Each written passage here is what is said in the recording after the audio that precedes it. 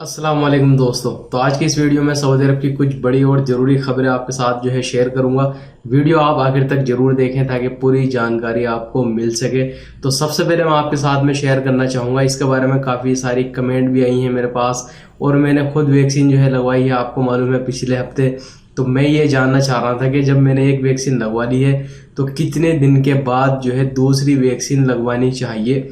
तो यहाँ पे खबर आई है मिनिस्ट्री ऑफ हेल्थ की तरफ से, किसी ने सवाल किया था उनसे कि एक वैक्सीन और दूसरी वैक्सीन के दरमियान कितने दिन का टाइम होना चाहिए कम से कम, ताकि हम वैक्सीन लगवा सकें। और एक और इसमें सवाल यह था कि अगर ज़्यादा दिन अगर हो गए हैं वैक्सीन लगे हुए तो क्या पहले वाली वैक्सीन की जो असरात हैं वो ख़त्म हो जाएंगे, वो बेकार हो जाएगी या कोई उसमें कोई प्रॉब्लम नहीं है। तो मिनिस्ट्री ऑफ हेल्थ की तरफ से बताया गया है, डॉक्टर मोहम्मद अल अब्दाली ने इसके बारे में बताया है कि अगर आपने फर्स्ट डोज लगवा ली है कोरोना वायरस की वैक्सीन की और अगर आपको सेकंड डोज लगवानी है तो कम से कम 42 दिन का इसमें टाइम बताया गया है। और एक और चीज़ उन्होंने इसमें बताई है कि अगर आपको वैक्सीन आपने फर्स्ट डोज लगवाई फिर सेकंड डोज में 1-2 महीने 3 महीने 4 महीने का टाइम हो गया या इससे भी थोड़ा ज़्यादा हो गया है टाइम, तो कोई प्रॉब्लम नहीं है। आपकी इम्यूनिटी की पावर है वो ख़त्म नहीं होगी जो आपने पहली फर्स्ट डोज लगवाई थी। तो यहाँ पे एक सवाल ये किया गया था, किसी ने कमेंट किया था मेरे वीडियो में, तो उसमें ये मालूम किया था कि भाई हमने इंडिया में वैक्सीन लगवा ली है, यानी 38 डेज पहले हमने फर्स्ट डोज लगवाई थी और 38 डेज बाद में हमने 38 दिन के बाद में हमने सेकंड डोज लगवा ली, तो क्या इसमें कोई प्रॉब्लम तो नहीं होगी। जैसा कि आपको मालूम है कि इंडिया में जो लोग इंटरनेशनल ट्रेवलर हैं उनको 28 दिन के बाद ही सेकंड डोज लगाई जा रही है। तो यहाँ पर मैं आपकी जानकारी के लिए बता दूं, अगर आपने वैक्सीन लगवा ली है यानी फर्स्ट डोज आपने इंडिया में लगवाई फिर उसके 28 या 30-32 दिन के बाद में आपने वैक्सीन लगवा ली है तो कोई भी प्रॉब्लम नहीं है, क्योंकि इंडिया में यही प्रोसेस अभी चल रहा है। किसी को 35 दिन में 38 दिन में 40 दिन के अंदर अंदर सेकंड डोज भी लग रही है, तो कोई प्रॉब्लम नहीं है। अगर आपने लगवा ली है तो इसमें कोई भी मसला नहीं है। और इसके अलावा मैं आपके साथ में शेयर करना चाहूँगा कि सऊदी अरब के अंदर जैसे कि आपको मालूम है कि पहले 4 कंपनियों की वैक्सीन को अप्रूवल लिस्ट में डाला था, पर अब मजीद 2 कंपनी सिनोफार्म और सिनोवेक को भी अप्रूवल लिस्ट में डाल दिया गया है। यानी जो लोग सिनोफार्म की वैक्सीन लगवाएंगे 2 डोज लगी हुई होनी चाहिए और सिनोवेक की 2 डोज लगी हुई होनी चाहिए, तो आप अब यानी सऊदी अरब का सफ़र कर सकते हैं। लेकिन इसमें एक और ख़बर बताई ये गई है कि सऊदी के अंदर अगर आप आते हैं इन दोनों वैक्सीन को लगवाने के बाद तो उसके आने के बाद आपको एक बूस्टर डोज भी लेना होगा।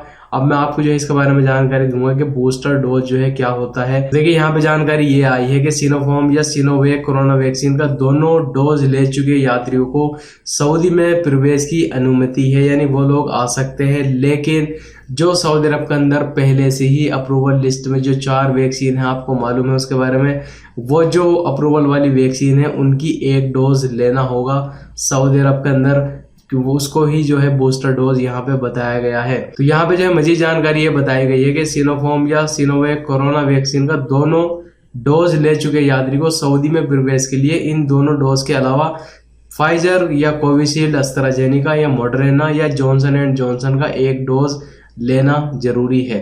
अब यहाँ पर मैं एक चीज ऐड करना चाहूँगा, और इसमें काफ़ी सारी कमेंट भी आती है और काफ़ी सारे हमारी जो भाई हैं इंडिया में वो परेशान है कि भाई हमने इंडिया में कोविशील्ड, तो आपको मालूम है कि सऊदी अरब ने अप्रूवल दे रखा है उसको, अगर आप 2 डोज लगवाते हैं तो आपको इंस्टीट्यूशनल क्वारंटीन नहीं होगा सऊदी अरब आने के बाद। लेकिन बहुत सारे भाई ऐसे हैं जिन्होंने कोवैक्सीन लगवा ली है अपने, तो वो सवाल इसमें ये कर रहे थे कि भाई हमने कोवैक्सीन लगवा ली, अब हम अगर सऊदी अरब आएंगे तो हमको इंस्टीट्यूशनल क्वारंटीन में रहना होगा। तो यहाँ पर उम्मीद मुझे ये है इंशाल्लाह कि जैसे कि सऊदी अरब के अंदर आपको मालूम है कि अब हर एज वालों को कोरोना वैक्सीन लगनी शुरू हो गई है, और सऊदी अरब के गवर्नमेंट यही चाहती है कि ज़्यादा से ज़्यादा लोग यानी फर्स्ट डोज लग जाए कम से कम सऊदी अरब के अंदर, और जो लोग सेकंड डोज भी लगवाना चाहते हैं जिनका यानी अपॉइंटमेंट मिल रही है वो सेकंड डोज भी लगवा रहे हैं यहाँ पे। तो आपकी जानकारी के लिए मैं यहाँ पे बताना चाहूँगा कि अगर आपने इंडिया में कोवैक्सीन लगवा ली है तो इंशाल्लाह इसको भी अप्रूवल लिस्ट में डाला जाएगा। जैसे कि पाकिस्तान में ज़्यादातर लोगों ने सिनोफार्म या सिनोवेक कोरोना वैक्सीन लगवाई है तो उसको डाल दिया गया है अप्रूवल लिस्ट में, तो जब वो सऊदी अरब आएंगे तो उनको इंस्टीट्यूशनल क्वारंटीन में नहीं रखा जाएगा। तो इसी तरह से जिन लोगों ने कोवैक्सीन लगवाई है, इंडिया में मौजूद है, तो इंशाल्लाह अल्लाह से जो है उम्मीद है कि इसको भी अप्रूवल लिस्ट में डाल दिया जाएगा और आपके 3000 रियाल 5000 रियाल जो है क्वारंटीन वाले इंशाल्लाह बच जाएंगे। और इसी के साथ जो है मैं आपके साथ में शेयर करना चाहूँगा, मिनिस्ट्री ऑफ हज एंड उम्रा की तरफ से खबर आई है कि जिन लोगों को परमिट मिला है हज करने के लिए, अगर वो कोरोना वायरस की सेकंड वैक्सीन नहीं लगवा पाते हैं तो उनका जो रजिस्ट्रेशन है, परमिट है, उसको कैंसिल कर दिया जाएगा। तो जो भाई उम्रे पे जा रहे हैं सेकंड डोज जो है वो जरूर लगवा ले।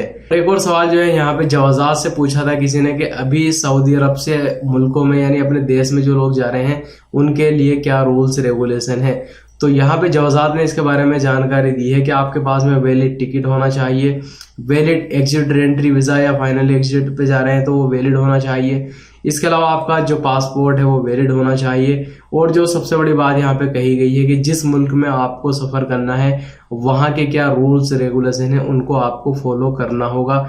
जैसे अगर हम बात करें इंडिया की, तो वहाँ पे आपको कोरोना वायरस की निगेटिव PCR रिपोर्ट लेकर के जाना होगा और हेल्थ डिस्क्लेमर फॉर्म भी आपको भरना होगा।